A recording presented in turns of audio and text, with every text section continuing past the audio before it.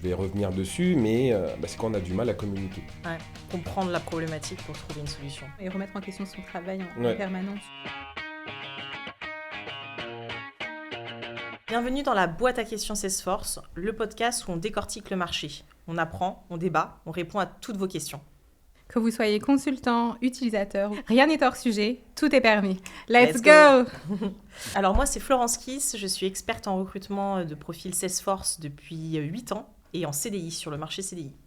Donc moi, Graziella Noëlla, spécialiste en recrutement freelance depuis plus de 8 ans maintenant. Donc aujourd'hui, on est accompagné d'un consultant avec une approche totalement différente et avec lequel je travaille depuis maintenant des années. Donc Joël Chadet, bienvenue dans la boîte à questions. Merci, écoutez, merci Graziella, merci Florence pour l'invitation déjà.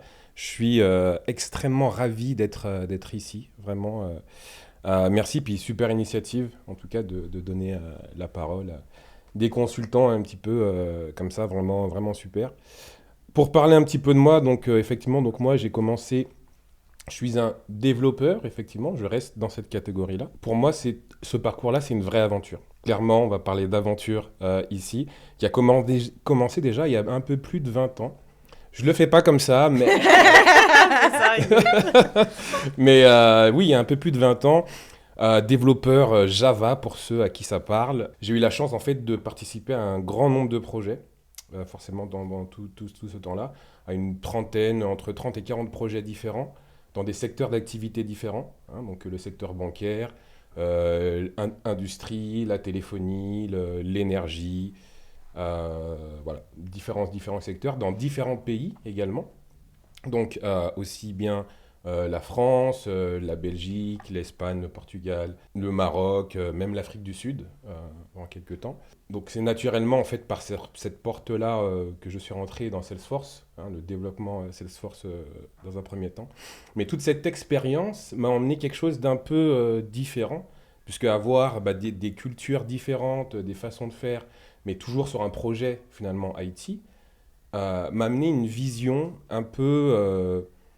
oui, c'est ça, m'a amené une vision un peu différente du développement de manière générale. C'est intéressant de savoir justement, tu parles que tu as travaillé dans plusieurs pays, que c'était un petit peu différent à la façon aussi de travailler. Si tu pouvais donner juste un petit exemple, par exemple la France versus un autre pays, où il y avait une vraie différence à ton sens, ce serait quoi ? Alors voilà, moi j'aime beaucoup les interactions avec les différents membres de l'équipe, etc. J'ai un exemple qui, par exemple, je ne sais pas si ça peut être possible en France, mais moi, aujourd'hui, je fais du golf.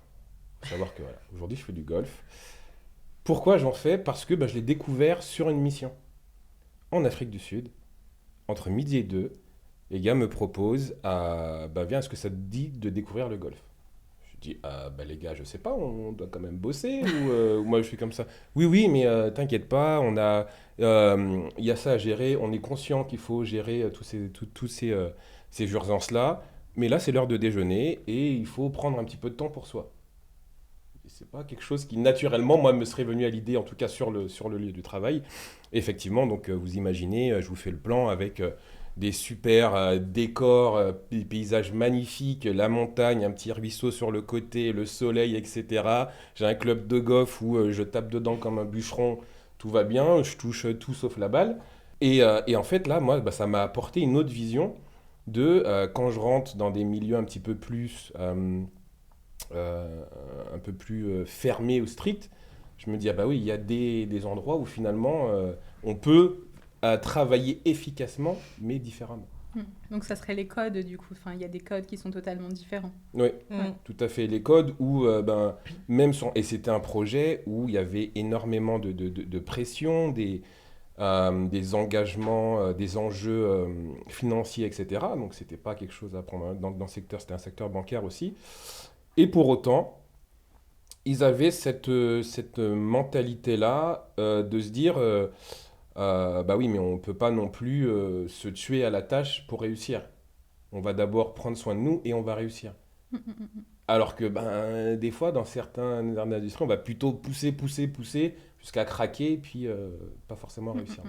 Okay. Voilà, c'est un exemple qui me vient à l'esprit. Et du coup, pourquoi tu dirais que ta vision en tant que développeur est tellement et si différente des autres Bah, consultants techniques? c'est une très bonne question. Alors, je ne sais pas si c'est si différent, mais en tout cas, on a encore aujourd'hui un peu le stéréotype du développeur Totalement. dans Oui. son coin, qui a énormément de compétences techniques et qui communique avec personne, qui est dans son coin, qui fait ses trucs, etc., etc. Bah, moi, forcément, riche de toutes ces expériences-là, j'avoue, j'étais un peu comme ça au tout début. Mais j'ai vite vu que bah, il fallait me transformer vers autre chose, garder mes compétences techniques, mais surtout aller vers beaucoup plus de communication, beaucoup plus de collaboration avec l'équipe. Pour moi, je vais dire aujourd'hui, ma vision avec tout ce qui arrive en plus avec l'IA, etc., la vision du métier de développeur, c'est vraiment résoudre des problèmes humains avec des solutions technologiques. C'est pas juste j'ai ma techno et puis ben, j'essaye de la passer partout. C'est d'abord quels sont les problèmes humains, quelles sont les problématiques, réussir à les comprendre pour ensuite trouver les bons outils. On n'est plus dans le cadre où on peut voilà, coder des choses comme ça sans vraiment en étant un peu détaché du métier. Pour moi, c'est vraiment, ce n'est que ma vision, hein, mais c'est nécessaire de vraiment comprendre les besoins métiers avant de faire quoi que ce soit au niveau code. Donc ça, et ça vaut pour moi, c'est voilà. Le développeur doit y passer et doit un petit peu parler. Donc, si vous êtes des développeurs, il faut parler. Je te rejoins là-dessus parce que même la plupart de nos clients, même dans le recrutement, on dit tout ça, il faut que ce soit un bon communicant. Un développeur doit être aussi un très bon communicant, donc complètement. Pour revenir juste sur ton parcours un petit peu et ton métier de développeur, toi, qu'est-ce que tu aimes le plus faire dans ce métier-là et peut-être ce que tu aimes un peu moins faire, parce qu'on le sait tous, hein, dans nos travails, il y a des choses qu'on aime bien faire et puis d'autres choses qu'on aime moins. Mhm. Toi, ce serait quoi? Alors, intéressant. Moi, en fait, ce que j'aime moins faire aujourd'hui, on va commencer par là, c'est avoir toute une liste de tâches, par exemple, à exécuter, et derrière, aucun recul, aucune prise de recul là-dessus. C'est juste des tâches à exécuter. Ben, change ce label ici, ben, développe telle fonction pour envoyer un email, développe machin, et puis une succession de tâches un petit peu comme ça. Alors, des fois c'est nécessaire, hein, on a besoin de notre liste de tâches. Mais en tout cas, aujourd'hui, ce que j'aime, c'est avoir une notion un petit peu quand même créative. C'est-à-dire qu'on ne me donne pas juste ce qu'il faut faire, mais donne-moi plutôt le besoin.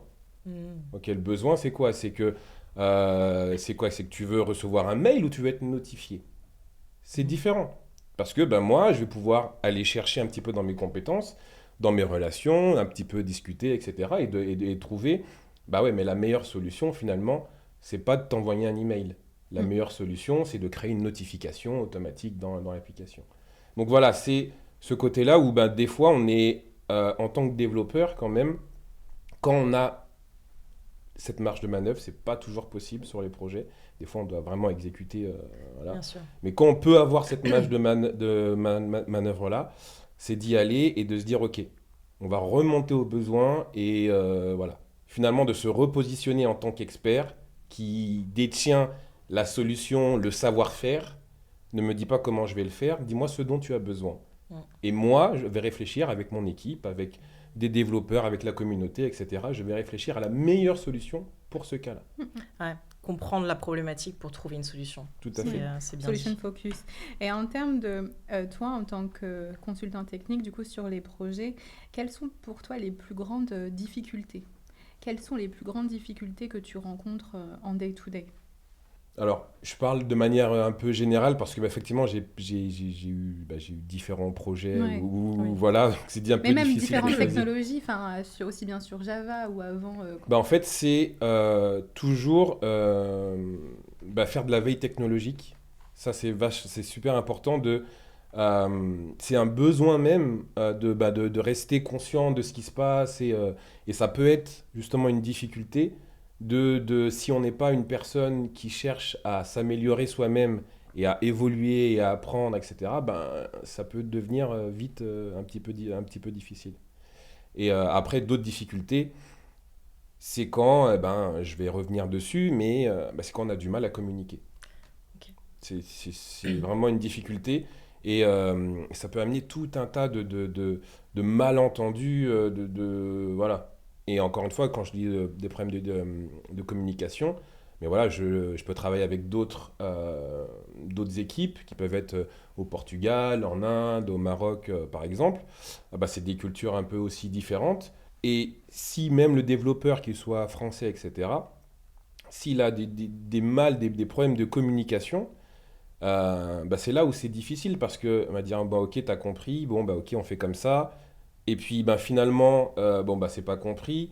L'autre personne eh ben, peut se dire ah bah zut, j'ose pas lui dire que j'ai pas bien compris, etc. Et puis ça mène à des solutions pas du tout adaptées, quoi. Je comprends. Mais du coup, tu donnerais quoi comme conseil justement pour justement ne pas avoir peur hein, d'être bon communicant, de comment amener la chose pour les personnes qui, on va dire un peu peut-être, qui vont être peut-être un peu timides, qui vont pas oser, hein, même si ça fait un peu le cliché du développeur des fois, Mais tu as qui, tout à fait raison. qui est derrière, mais comment ils peuvent faire pour se sentir à l'aise, ne pas avoir peur hein, d'aller communiquer, d'aller discuter. Hein. Mm. Quel conseil tu donnerais justement à un développeur qui a un peu du mal, on va dire? Faut savoir que je le précise parce que il y a pas mal de personnes qui me disent non, non, je te crois pas, etc. Ma mère, si elle me voit, pourra confirmer. On attend le commentaire de la maman, du coup. Elle pourra confirmer que je suis quelqu'un d'extrêmement timide. Ouais. Voilà, c'est difficile. Ok. À... Bon, je l'eus été. Je fus. Je fus. Bon, en tout cas, c'est comme ça que j'ai grandi jusqu'à mon adolescence, etc. J'avais un gros problème de communication, d'échange avec les autres. Je parlais à personne. Mais vraiment, quand je dis à personne, c'est même les membres de ma famille, c'était compliqué. Mais vraiment, à Juste ce un point-là. adolescent, quoi. J'avoue. J'avoue. Mais bah oui, ça va un adolescent quand on est encore à l'école, chez papa, maman, Ouais. etc. Mais une fois qu'on arrive sur le milieu du travail, bah, c'est pas la même chose. Ouais. Là, il faut réussir à sortir. Et en plus, naturellement, bah, je suis poussé vers des métiers un peu de tech, de dev, etc., qui me renforcent encore plus dans le stéréotype de bah, parle pas assez bien, reste dans ton coin, etc. Voilà. Et donc, j'ai réussi, grâce à mes expériences, à petit parler un peu aux autres. Voilà, éviter de dire pardon s'il vous plaît, machin tout le temps, etc. Parce que j'étais vraiment, vraiment comme ça. Alors, moi, les conseils justement que je donnerais, du moins le conseil, déjà, il faut en avoir envie. Mhm. Mhm. C'est ça. Et pour en avoir envie, pour moi, il faut prendre conscience que c'est une nécessité. Si on se dit, bon, non, c'est pas grave, moi je suis dans mon coin, tout va bien, etc. Bon, bah voilà, c'est difficile. Totalement. Ça, c'est vrai pour n'importe quel changement, hein, mais surtout sur celui-là, qui est, je crois que la peur de parler en public, ça fait partie des plus grandes peurs de l'être humain. Je sais pas où elle se situe, mais vraiment une grande peur. Et des fois, cette peur, c'est pas juste parler sur une scène, ou etc. C'est juste de voir son manager ou de voir un métier et dire, bah non, ce que vous me proposez, c'est pas du tout cohérent. On ne va pas faire ça. Ouais. Donc voilà. Donc déjà, pour moi, le premier conseil, c'est ok, de comprendre que euh, se faire un peu violence là-dessus, ce n'est que positif comme Mm. retour. Parce que bah, derrière, on va pouvoir mieux transmettre notre message, on va être compris d'autant mieux, et on aura des retours forcément positifs.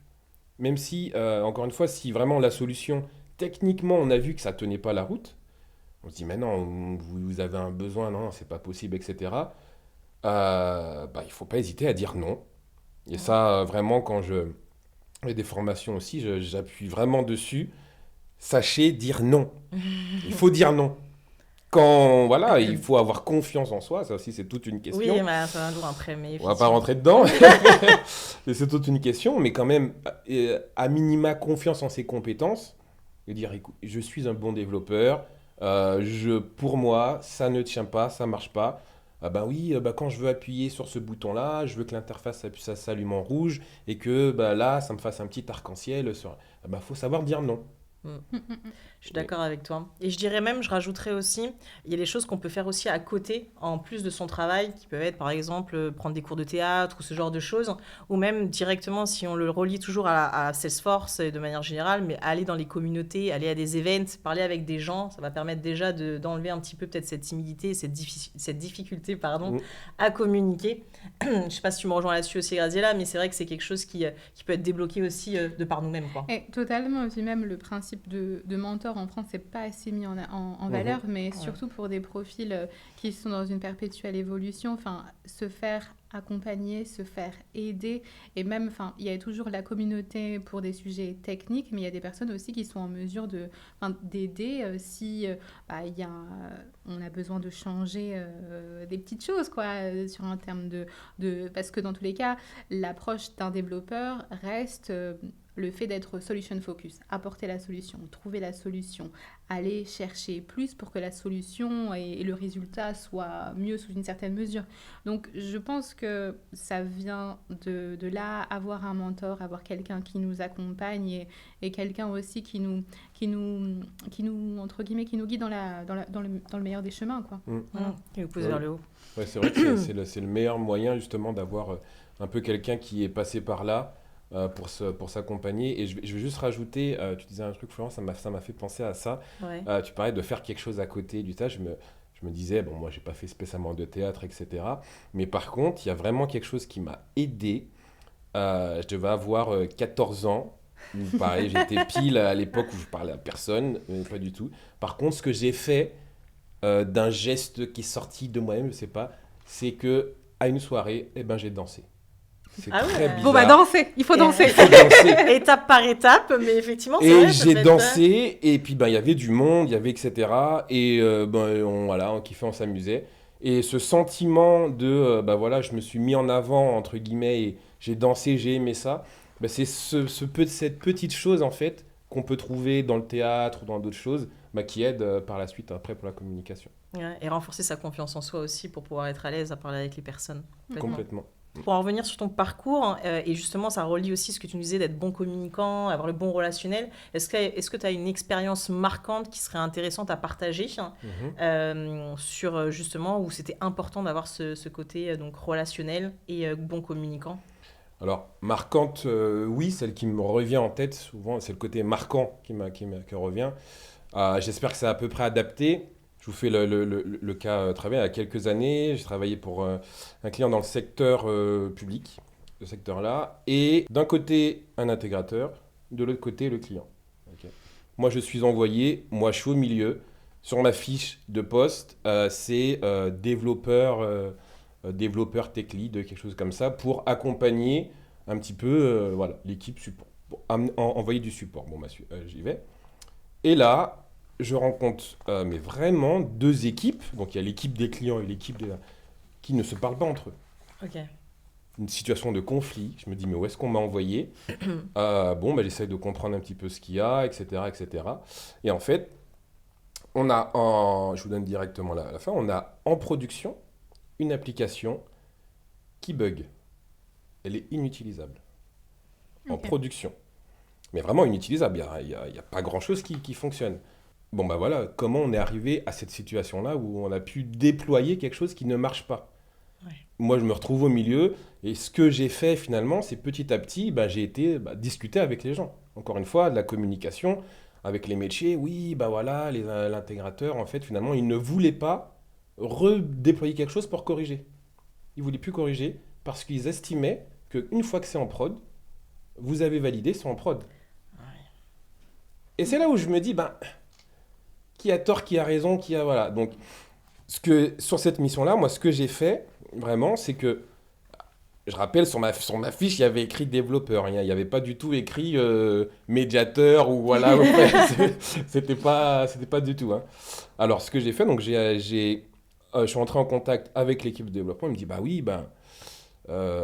je sais pas, il y a quand même ils ont fait des tests, etc. Nous, on a répondu au cahier des charges, il y a tout qui fonctionne bien. Dans le périmètre, ça fonctionne bien, mais il y a eu d'autres erreurs, mais ils ne l'ont pas vu en recette. Je me dis, je regardais les logs, je leur avais fait, quand même, il y a 2-3 trucs, on peut revenir dessus quand même. Elle dit ouais, ouais. Et donc pareil, j'ai été voir aussi l'équipe au niveau fonctionnel. Ils m'ont dit oui, ouais, tu vois, voilà, il n'y a rien qui marche, etc. etc. Je dis, il y avait une phase de test un peu avant quand même. Donc, Des best tentes. practices. Grave, exactement. Et oui, donc je voyais des petites gouttes de sueur comme ça. Et effectivement, moi, ils étaient dans une situation où ça arrive. C'est comme ça. Donc, faut réouvrir le dialogue, revoir comment est-ce qu'on peut avancer. On dit, bon, le passé, c'est le passé, mais comment est-ce qu'on avance, etc. Donc, à la fin de cette mission-là, bon, ils ne sont pas devenus les meilleurs amis du monde, mais à la fin, ils ont quand même eu une application en production qui fonctionnait. Mais là, marquant, mais parce qu'effectivement, si moi, juste pour terminer cette question-là, si j'étais arrivé juste en mode j'arrive avec mon développement, etc., et je parle à personne, ce que j'aurais fait, j'aurais lu oh là là, c'est compliqué tout ça, bon ah bah oui, ça marche pas leur application, je vais juste recoder un truc qui marche. Ouais. Et Non, Ouais. je suis d'accord avec toi. Ça me fait penser à un petit exemple d'un consultant que je connais bien, qui avait un peu le même cas où les personnes ne se parlaient pas, mais ne se parlaient pas et ne s'appréciaient pas. Il est arrivé, c'était son premier jour, et en fait, qu'est-ce qu'il a fait? Il a essayé de dédramatiser un peu la situation, et il est allé acheter juste tout simplement plein de croissants à tout le monde. Ouais. Il a dit, bon, on va faire un petit déj tous ensemble, et on va parler. Et en fait, ça a dédramatisé complètement la situation. Donc, je te rejoins complètement là-dessus. Ouais. J'adore, je prends note de... J'aime beaucoup. Bon, on essaie de trouver des solutions, toujours. J'aime beaucoup. Bonne approche. Du coup, on va passer aux différentes questions. Enfin, on a rassemblé quelques questions du coup pour toi, Joël, encore et toujours. Du coup, ça va être plus sur lors de ta carrière, encore ta grande et longue carrière. Du coup, les évolutions, quelles évolutions technologiques t'ont le plus marqué du coup? Je vais rester quand même sur le scope Salesforce parce que déjà juste sur Salesforce il y a beaucoup de choses en fait, vraiment sur la partie développement, si je m'égare pas trop. Quand j'ai commencé, Salesforce reposait spécifiquement sur Visualforce et Apex. Ouais. Voilà. Il y a longtemps. Ouais, ça fait très longtemps, on n'entend plus trop. Oui. Je ne relèverai pas. Donc est arrivé une autre façon un peu plus orientée web, Aura notamment, donc des composants Aura pour pouvoir faire des choses un peu plus sympas au niveau web, etc. Il y en a beaucoup qui ont détesté cette phase. Moi, j'ai bien aimé, j'aimais bien. C'était un mix de tout, plein de choses. Aujourd'hui, le standard, ça va être des LWC, donc Lightning Web Components. Pareil, ça c'est un petit peu le standard aujourd'hui, ça fonctionne bien, etc. Une avancée majeure, c'est notamment celle des flows dans Salesforce, c'est vraiment hallucinant. Moi j'avais vu une présentation quelques années, parce que j'avais utilisé les flows, j'avais eu du mal à l'utiliser, je dis bon ok, next. Mais là aujourd'hui c'est une réelle solution pour amener du no-code ou du low-code en fait directement dans Salesforce. On ne peut pas tout faire, mais ça rend des solutions vraiment accessibles. Donc ça, c'est plutôt intéressant. Et ensuite, là, en ce moment, on ne peut pas ne pas parler d'IA. Donc d'IA, on entend souvent parler de agent de force, mais même les développeurs ont leur agent de force, donc agent de force for developers, qui change encore une fois la donne. On peut directement avoir notre compagnon qui regarde par-dessus notre épaule pendant qu'on code. Il y a quelque chose d'assez galère dans le développement, c'est de créer des classes de tests précises, etc. C'est-à-dire une classe qui va aller vérifier que notre code est correct et qu'on ne livre pas n'importe quoi. Et pareil, là, l'IA va nous aider directement à générer ces classes-là, nous faire des conseils, en fait, des recommandations sur notre code, etc. Là, on arrive vraiment dans un nouveau monde. Donc, Salesforce, en fait, ne cesse d'évoluer pour coller aux besoins du marché. Et ça, c'est quelque chose que j'aime bien. Et du coup, ça te facilite vraiment dans tous les jours, le fait d'avoir cet agent force Oui, alors bon, moi, je ne l'ai pas encore tous les jours, mais effectivement, pour les tests que j'en ai fait, c'est impressionnant, quoi. Okay. C'est vraiment impressionnant. Donc toi, tu vois l'IA comme une opportunité, parce que certains pourraient se dire tout simplement, l'IA, c'est peut-être la fin aussi du métier de développeur, où tout pourrait être déjà précisé, déjà refait, quoi, complètement. Toi, tu vois ça comme une opportunité au final? Oui, alors je pense, comme ça s'est déjà dit, je pense Effectivement, il y aura toujours les deux mondes, ceux qui vont avoir peur et ceux qui vont le voir comme une opportunité. Euh, Moi, je le vois certes comme une opportunité, mais comme une indication de s'adapter, on doit s'adapter à ces nouvelles technologies, en fait. Clairement, le métier de développeur est complètement en train de changer, si je parle même pas juste de la communication, mais juste du développement lui-même. Demain, on demandera beaucoup moins à un développeur de connaître parfaitement les syntaxes, etc. Mais plus d'avoir la bonne stratégie pour arriver à la solution. Pour avoir la bonne stratégie, on revient à la communication et comprendre bien les besoins du métier. Mhm. Ok. Et moi, j'ai une question qui n'est pas du tout dans le... qui n'est pas du Question tout- piège. Mais non, mais du coup, tu penses que à terme, le rôle de développeur, enfin, entre guillemets, est-ce que tu penses que tout le monde aura la capacité d'être développeur? Parce que tu dis, on n'aura plus besoin de connaître les syntaxes à proprement Mhm. dit, etc. Est-ce que, pas moi, parce que je suis pas du tout calée, mais enfin, une personne lambda qui a des bases dans un quelconque langage pourrait être en mesure de le faire? Alors, tout le monde peut devenir développeur, entre guillemets. Pas moi. Oui, je vois ce que tu veux Il y a dire. des je vois ce que limites. tu veux dire. Mais pour moi, ça c'est de manière générale aussi sur l'IA. L'IA n'est pas une baguette magique qui va aller faire, bon bah voilà, développe-moi Ok. telle chose, etc. Et il va développer. Parce qu'effectivement, si on lui demande ça, il va essayer de nous proposer quelque chose. Et c'est là où demain, ça fera une grosse différence entre des développeurs et non-développeurs qui utilisent juste l'IA. C'est que le développeur va pouvoir challenger la réponse de l'IA. Il va se dire, ah oui, non, mais attends, parce que là, toi, tu veux me vers les comptes, bon, bah, c'est intelligent, mais par contre, t'as pas bien compris ce que j'ai voulu dire. C'est plutôt comme ça qu'il faut faire les choses, etc. Et remanier. Et en fait, pour moi, justement, donc, si on n'est pas développeur, on verra juste des belles lignes de code qui compilent bien, qui fonctionnent bien, et on va envoyer, et du coup, ça va marcher. Mhm. Par contre, quand on est développeur, là, on va dire, ah non, mais non, on va pas faire comme ça, parce que toi, t'es pas au courant que ma base, il y a plus d'1 million de comptes, donc non, on va pas faire comme ça, on va plutôt... Et donc là, on va pouvoir le rechallenger, lui dire, prends ça en compte. Ah oui, ok, merci de bien me...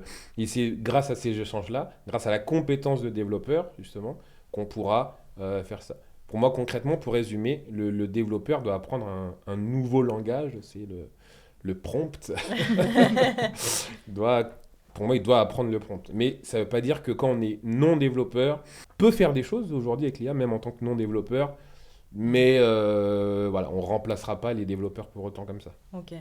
Et du coup, je rebondis un petit peu, mais par exemple, quelqu'un qui est développeur débutant, lui, ça va être quoi ses plus grosses erreurs qu'il peut réaliser, hein, et sur quoi il doit faire attention lorsqu'il débute, hein, en Mm. soi? Le débutant, souvent, enfin quand on développe, c'est qu'on peut vraiment se jeter dans le code sans prendre de recul. Ok. Et voilà, ça voilà, je le vois souvent, c'est que d'abord il faut déjà comprendre ce qu'on nous a demandé, encore une fois, avant même de commencer à coder. Mais systématiquement, c'est que voilà, on fait des dessins, on fait des workshops, on fait des choses, etc. Mais on ne code pas. On ne code pas tout de suite. C'est vraiment d'abord on comprend les besoins du métier ou le besoin de la fonctionnalité d'abord, puis on commence à coder. Ensuite, voilà, il y a différents types d'erreurs. J'ai une petite anecdote dessus sur les erreurs. Ah, c'est vraiment très technique. Il y a une erreur que j'ai faite dans mes débuts. Quand j'ai fait cette erreur-là, j'ai l'impression que mais c'est un blasphème, quoi. J'ai fait quelque chose de... J'en ai parlé en plus ouvertement. On était en train d'échanger. Vous savez que dans les communautés Salesforce, on aime bien boire un peu d'eau gazeuse. On aime bien entre nous. Et j'avais échangé ce truc-là et c'était concrètement, en fait, j'ai une page de code et dans le code, j'ai ce qu'on appelle des boucles qui Ok. font que voilà, tant que ce chiffre-là n'est pas arrivé, tu continues à tourner, etc. Et dans cette... Ah, je sais que je vais recevoir... Quand j'ai non, mais même moi, j'ai du mal à le dire, tellement que je T'es me pas suis... obligé, hein. Et ben, dans cette boucle, c'est de faire une requête. Dans cette boucle-là, une requête, c'est juste un appel pour essayer de lister. Par exemple, je veux savoir la liste de tous mes contacts du compte en cours, par exemple. Ah, et ben, j'ai dit ça, et puis bah, erreur, ça plante de partout. Et quand j'ai dit ça, quoi, t'as fait ça, mais t'es malade. Oh, pardon. mais voilà, donc ça c'est une erreur. Mais plus sérieusement, pour moi, vraiment, l'erreur, c'est d'aller un peu trop vite dans le code. Et aussi, faut vraiment se former. J'insiste sur la formation, parce qu'il n'y a rien de pire, mais vraiment rien de pire, que croire qu'on sait. Ça se dit cette phrase, je sais pas si ça se dit. On le comprend. on le comprend. Ça va être le principal, on le comprend. De croire savoir, c'est bizarre de verbe. Mais de se dire, ah ouais, je sais. Parce qu'on a le début de l'info, mais en vrai, quand on commence à tester, non, mon gars, tu sais pas. Ouais. Tu sais pas que quand tu as une sécurité en fait sur tous tes comptes, etc., et que tu maudis. Enfin, ouais. Et le fait ce truc-là, c'est juste ce petit biais de se dire, ouais, non, mais je sais. Il faut se remettre en question et remettre en question son travail en Ouais. permanence, justement, pour... ok. Donc ça, je mets ça sur les débutants, je mets pas ça sur... Sur tout le monde. Voilà. Après, il y a quelques questions techniques. Du coup, ça serait comment gères-tu les limites de gouvernance Les les limites de gouvernance dans tes développements? Les limites de gouvernance, les limites de gouvernance, c'est vraiment pour essayer de scaler, d'avoir notre application qui répond, par exemple, à la structure de l'entreprise, etc. Les limites de gouvernance, c'est bien quand on les a dès le début, de les intégrer dès le début. Je dis c'est bien quand on les a. Parce que c'est pas... Dans le meilleur des cas. Voilà, c'est bien. Mais il faut garder en tête que de toute façon, dans quelques années, ça va changer, ça va bouger, etc. Donc de réussir à penser comme ça, de manière évolutive, en fait, de réussir à... Voilà. Mais surtout, avoir cette logique de se dire, OK, ce que je fais là en développement pour 100 enregistrements doit fonctionner pour 100 000. Je ne parle même pas forcément d'1 million, mais au moins de ce rapport-là. Donc il y a plusieurs systèmes qui existent, si on rentre dans des termes un peu barbares de bulkification, pour pouvoir gérer en plusieurs lots des choses, etc. Ça, pareil, ça, faut en avoir conscience quand on fait la conception au niveau dev. Et pour réussir ça, je reviens sur le coup. Si on s'est directement jeté dans le dev, on va louper ces parties-là, justement. Et du coup, pour toi, ce serait quoi aussi les bonnes pratiques pour optimiser les performances d'une solution Salesforce? Alors, les bonnes pratiques, ma règle d'or, mais vraiment, que je répète, mais je pense que tout le temps, ma règle d'or, c'est de coller au standard. Ok. Et c'est un peu contre nature par rapport à un dev, parce qu'un dev, il veut développer des trucs. Il dit, non, tu développes. C'est pour ça que c'est différent aussi, j'aurais. Exactement. Mais c'est ça, c'est de coller au standard. Quel est le standard? Le standard, il fait ça. Ah oui, mais le client, il veut ça, il veut qu'on fasse comme ça, etc. Oui, le développeur doit être capable de se dire, OK, quelle est la différence entre ce dont le client a besoin et ce qu'il veut? Il veut ça, mais il a besoin de quoi réellement? Ah oui, mais peut-être qu'il a il n'a pas besoin que les boutons s'allument de toutes les couleurs, etc. Ouais. Et de créer une classe monstrueuse et de prendre 1 mois de développement pour que quand il appuie sur le bouton, ça fasse de la couleur. Ouais, mais est-ce que le mail, il est parti? Oui, le mail est parti, mais les couleurs, il voulait, etc. etc. Voilà, pour moi, ma règle d'or, c'est de coller au standard. Et j'ai oublié ta question. Non, c'était sur les best practices pour optimiser justement les performances d'une solution Salesforce. Là, de ce que tu dis, pour moi, là, j'ai l'impression aussi, même si je ne suis pas une développeuse du coup, mais c'est aussi de prioriser, non, du coup, ce qui est important à réaliser dans un premier temps. Parce que tu le dis toi-même, il y a des choses qui sont... Enfin, il faut avoir le standard, hein, mais effectivement, tu parlais des boutons, etc. Il y a des choses qui sont prioritaires. L'envoi d'un mail est peut-être plus prioritaire que le bouton coloré qui apparaît ou quelque chose comme ça. Oui, tout à fait. Okay. Tout à fait, je te rejoins là-dessus. Et ça, encore une fois, ça va... Quand on est dans le mode où on a juste des listes de tâches, c'est beaucoup plus à voir. Et encore une fois, on ne jette pas la pierre de si c'est bien ou c'est pas bien. C'est, des fois, on n'a juste pas le choix de la mission, de ce qu'on est en train de faire, etc. Il faut exécuter. Mais c'est pas dans les best practices. Pour moi, vraiment, ma règle d'or, on colle au standard. Ok.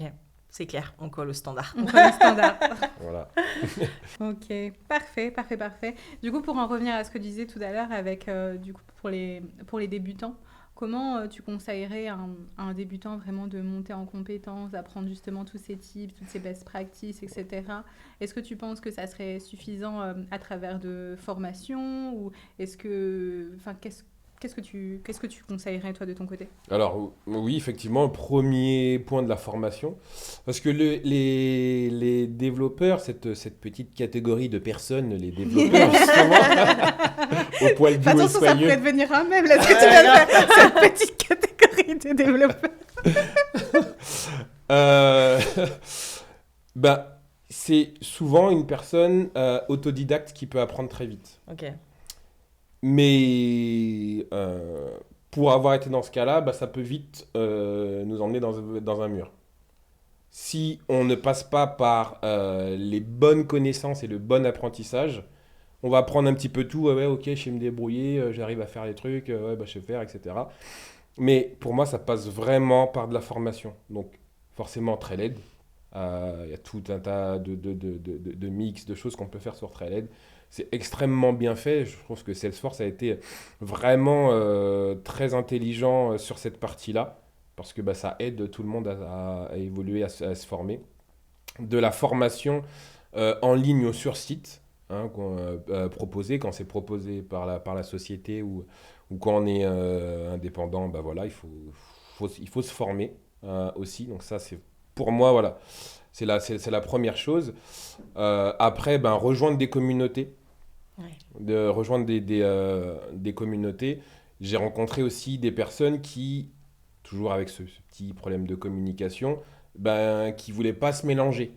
Voilà, je suis de mon côté, je suis là, j'ai pas trop envie d'y aller, etc. Mais souvent, c'est soit des communautés en ligne, hein, qu'on peut juste rejoindre, ou bah, se déplacer pour apprendre des nouvelles choses dans des meet-ups, dans des événements Salesforce, etc. Je conseille vraiment, je recommande fortement de participer aux événements Salesforce parce que on en sort toujours enrichi de ça et surtout si on est débutant, bah, ça nous aide à augmenter vraiment nos compétences et le best du best, c'est si on arrive à avoir une forme de mentor finalement. Moi, dans mes expériences, j'ai eu la chance à chaque fois de trouver un mentor sous qui je pouvais me mettre sous son aile et puis apprendre. Et on apprend mais à une vitesse fulgurante, quoi. Après, il faut trouver le bon. Hein. Faut pas trouver. Voilà. Ouais, et puis je te rejoins là-dessus. Et puis je pense aussi que par exemple, si on connaît personne et qu'on va dans une communauté où on sympathise avec quelqu'un, je pense qu'il faut pas avoir peur aussi de lui écrire sur LinkedIn. Voilà, j'ai une petite problématique, j'ai peut-être une difficulté sur ça. Est-ce que tu peux m'aider? Je pense que la plupart des personnes, en tout cas, sont dans l'écoute et dans le partage. Donc ça, c'est un énorme plus. Et puis pour les liens, les événements que tu disais, des communautés, on les mettra effectivement en commentaire sur la vidéo. Tu as parlé aussi donc, des débutants. Ce que je trouve aussi intéressant de voir, c'est ceux qui sont expérimentés, ceux qui commencent effectivement à peut-être avoir l'impression de faire toujours la même chose. Qu'est-ce que tu leur donnerais comme conseil là-dessus et qu'est-ce qu'ils pourraient faire d'autre? Parce que quand tu arrives à un stade où tu es complètement expérimenté, Ouais. qu'est-ce que tu peux apprendre d'autre? Qu'est-ce qui peut Bah, être intéressant? c'est une bonne question. Hein.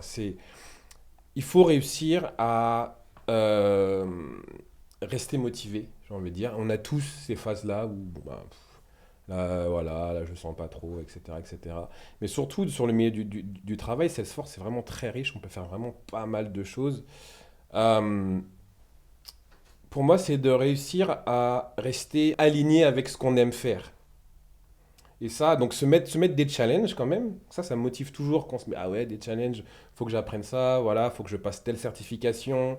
Les certifications, je fais une petite parenthèse, c'est vraiment super intéressant de passer des certifications, parce qu'en fait, l'énergie et tout ce qu'on apprend pour le passage d'une certification, bah, c'est vraiment de l'information super intéressante pour après. On en sort toujours enrichi d'une certif réellement bossée, j'ai envie de dire. Pour rester motivé, je pensais justement, j'ai rencontré au dernier événement French Touch Dreaming un ami à moi qui me parlait de son poste en fait en tant que, je sais plus trop si c'est quality manager ou quelque chose comme ça ou deployment, je sais plus trop. Et il me parle en fait de ses tâches. Il me dit bah oui moi mon métier c'est voilà, il y a un développement et en fait de dire, bah voilà, ça c'est bien, ça c'est pas bien, ça c'est bien. Et il a toute une liste de choses à faire comme ça. Et je me dis, bah c'est marrant parce que bah moi je te vois vraiment dans la communication, je te vois plus dans un truc un peu créatif où tu as envie d'apporter tes idées. Et il me dit, mais ouais, c'est exactement ce que je veux faire, etc. Je lui dis, ah ouais, ok. Il me dit, bah ouais, ce que je fais un peu, ça me démotive un petit peu. Je dis, bah oui, c'est logique, Mm. justement, c'est démotivant. Je lui dis, ça peut être sur une période. Mais il me dit, ouais, ça fait plusieurs années que je fais ça. Ah oui. Et à un moment, pour moi, c'est aussi à soi-même de voir, ok, qu'est-ce que moi j'aime, c'est quoi mon projet perso, où je veux aller, et de réussir à mettre de faire coïncider notre projet perso, nos envies, voilà, avec le projet pro. Ben voilà, il y a Salesforce qui est comme ça, vraiment, on peut faire vraiment énormément de choses. Et une fois qu'on est aligné avec ça, bah, c'est beaucoup mieux. Quelqu'un de créatif à qui on ne donne pas la parole, bah, c'est une souffrance aussi, quoi. Et donc voilà, je pense à ce que c'était il n'y a pas très longtemps. Pour rester motivé, en tout cas, faut être... Ouais, donc pour rester motivé pour toi, c'est vraiment choisir ce qui nous plaît le plus et ça nous permettra de forcément pousser un peu plus. Et pour rester entre guillemets dans le bien-être au travail, Ouais, j'ai vu que ça a pris une tournure. Ok. comment tu choisirais toi de ton côté entre le freelance, bon je sais que tu es freelance depuis de nombreuses années, freelance et le CDI et comment justement comment tu fais ce choix parce que c'est un choix important, l'emploi maintenant, enfin, c'est ce qui nourrit nos familles, etc. Donc c'est important en fait, il faut bien le choisir. Oui, ouais, j'ai été quand même pas mal d'années en CDI et presque moitié-moitié, hein, on n'est pas loin de... Et effectivement, quand je compare finalement ces deux périodes-là, ce qui a changé complètement, c'est vraiment, on en parlait il n'y a pas longtemps, c'est vraiment cette notion de mindset. Euh, que finalement, il n'y a pas de moins bien ou moins bon, il y a des avantages, des inconvénients des deux côtés. Effectivement, donc au CDI, on va retrouver cette stabilité, ce côté où bah voilà, on ne se pose pas de questions. Un côté qui me manque un peu aujourd'hui, c'est le côté où tu rentres chez toi, bah c'est fini. Ça dépend pour qui. Oui, ça dépend pour qui. Mais je veux dire, non, c'est fini. Voilà, ça dépend pour qui. Mais voilà. Et il y a le côté, en fait, justement, freelance, où là, bah, on a un côté où on va un petit peu plus avoir le choix, un peu plus de liberté, j'ai envie de dire. Et ce qui a changé, pour revenir sur cette notion de mindset, c'est que avant justement, j'étais dans l'envie justement de faire mon projet, de suivre un petit peu ce qu'on m'a dit de mon projet, etc., etc. Ce qui a complètement changé, c'est au moment où je me suis dit, ok, hein, je vais me poser un moment.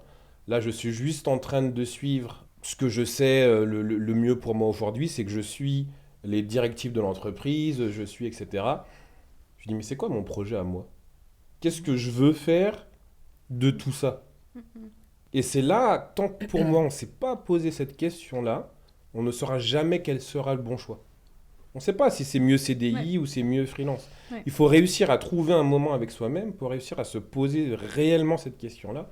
Et moi, vraiment, je l'ai fait, j'ai fait cet exercice-là où je me suis posé et j'ai écrit sur du papier vraiment mon best job ever, quoi. J'ai bossé, mais vraiment avec nos limites, comme si j'écrivais une lettre au Père Noël. Et du coup, c'est quoi ton best job ever? Et ben mon best job ever, il me poussait. Ça, c'était un peu avant Salesforce que j'avais fait ça. Et à la fin, bah, c'est Salesforce qui est arrivé premier. Moi, il y avait, je vais pas tout dire, mais il y avait, il y avait quelques critères. Notamment, le premier critère, c'est que je voulais ne pas être géolocalisé à un endroit précis. Ok. Je voulais pouvoir bouger assez facilement, quelque chose de digital qui peut se faire dans le cloud, etc. Heureusement que j'ai eu ça, parce que ça, c'était avant le Covid. Hein, je suis content d'avoir sélectionné ce critère-là, parce que ça m'a vraiment aidé par la suite. Ça, c'était l'un des premiers. Quelque chose que j'aime bien, qui est important pour moi, c'est le côté international. Bah voilà, j'aime bien pouvoir échanger avec les autres, j'aime bien aller dans différentes régions, différents pays. Je trouve que c'est une richesse, voilà. Pouvoir avoir le choix sur ma formation, c'est des choses qu'on peut avoir en CDI, attention. Mais là aujourd'hui, je me forme sur tout et n'importe quoi. en fonction, quand je dis n'importe quoi, c'est en fonction de mon intention, de mon envie du moment. C'est vraiment de, ok, je vois mon futur aller par là, et ben je vais aller par là et mettre tous mes efforts par là. Ce qui était plus difficile quand j'étais en CDI, Ouais. notamment. Parce qu'en CDI, ben ouais, tu peux te former. Et j'ai eu le cas, putain, bah ouais, je voyais un super logiciel, on va faire des trucs, etc. J'avais des idées pour faire Et on m'a dit, ah bah non, non, il n'y a pas le budget, c'est pas pour ça, on va faire autre chose. Mm. Donc voilà. Pour moi, pour revenir à la question, il y a des avantages et des inconvénients dans les deux, mais pour vraiment savoir ce qu'il nous faut, il faut s'être posé la question en amont de quel est le projet qui est bon pour moi. Ouais, je suis d'accord avec toi là-dessus aussi. Et puis, tu parlais de job de rêve, hein. Je pense qu'il y a beaucoup de personnes aussi qui savent pas quoi. Oui. Qu'est-ce que c'est le job de tes rêves? Et moi, je trouvais qu'il y avait un truc, je pense qu'Avalash, qui fait du marketing, s'en souviendra, mais en gros, quand tu penses, tout le monde connaît le SWOT, voilà. Bah, moi, je pars du principe, c'est très simple. Tu fais tes forces, tes faiblesses, Mhm. tes menaces, tes opportunités. Pourquoi c'est intéressant pour toi de rester sur du CDI ou pourquoi c'est intéressant pour toi d'aller sur du freelance? Si tu as déjà ça et que tu te fais ta propre vision et tu te poses quelques minutes et tu réfléchis à qu'est-ce que tu as envie, tu vas savoir définir justement ton job de rêve. Oui. Et après, pour revenir sur les formations, c'est vrai que sur le CDI, tu pourras pas forcément. Il faudra que tu te prennes du temps à toi pour Ouais. aller faire tes formations. Et des fois, avec Oui. ton argent, quoi. Donc, du coup, forcément, c'est vrai que c'est un peu plus différent. Si Mm. l'entreprise ne le veut pas, je te rejoins là-dessus. Quand tu es en freelance, bah, c'est forcément sur ton temps à toi et c'est tes sous à toi, donc tu y vas. Ouais. Et quand je donnais des formations, justement, bah, j'avais des freelances aussi. Ceux que j'ai eus, à chaque fois, c'était pas du tout la même implication. Bon, sûrement souvent parce que ça vient de leur poche, voilà. Mais c'est ceux qui sont tout le temps à me poser des questions, qui encore aujourd'hui peuvent m'envoyer des messages sur LinkedIn, etc., etc. Parce que ben, c'est pas la même valeur qui est mise pour la formation. C'est sûr. Intéressant, intéressant, intéressant. Et du coup, on va clôturer la conversation avec quelle serait du coup ta vision pour l'avenir du coup du développement sur Salesforce? Alors, je vais faire court. On va essayer. Comme je disais tout à l'heure, pour moi, il est indispensable que le développeur comprenne qu'il doit évoluer, qu'il doit changer. Mhm. Ceux qui n'ont pas encore fait la transition, de communiquer, de parler, d'échanger, de travailler sur tout ce qui est soft skills, justement, on en parlait. Pour moi, voilà, c'est vraiment indispensable aujourd'hui. Et Salesforce est vraiment un écosystème, une entreprise qui avance et qui évolue en permanence. Donc le but, pour moi aujourd'hui, c'est effectivement, oui, de prendre connaissance, de monter en compétence sur les différents outils. On a tout un tas d'outils.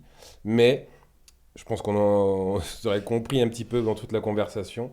Pour moi, le réel impact, il est fait quand on comprend justement les relations qu'il y a entre les personnes, qu'on arrive à collaborer, mettre en place différents systèmes entre les équipes.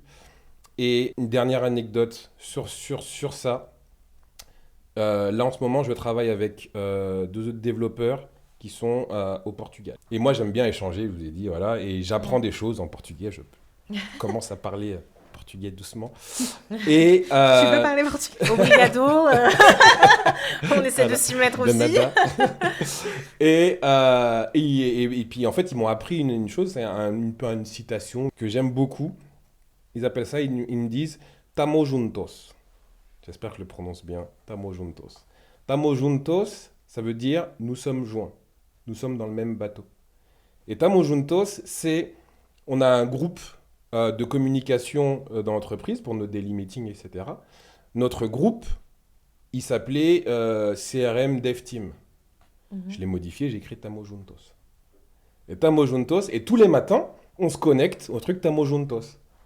Et juste ça, ça crée une ambiance où on est bien, quoi.